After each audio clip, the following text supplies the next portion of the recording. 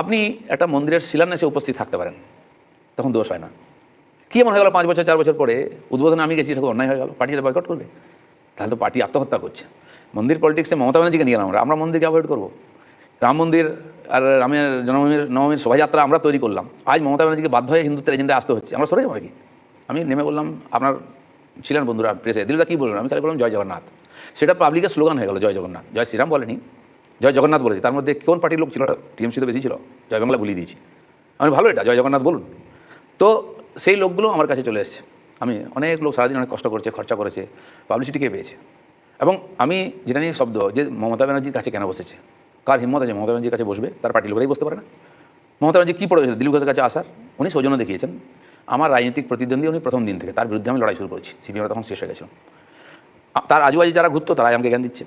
তো মমতা ব্যানার্জি এসে আমাকে বাইরে থেকে রিসিভ করেছেন, কারণ আমি সস্ত্রীক গেছিলাম, নাহলে আমার কোনো দায় ছিল, আমি পলিটিক্যাল এজেন্ডা নিয়ে যাই। আমার স্ত্রীকে কার্ড দিয়েছেন আলাদা, আমাকে দিয়েছেন আলাদা।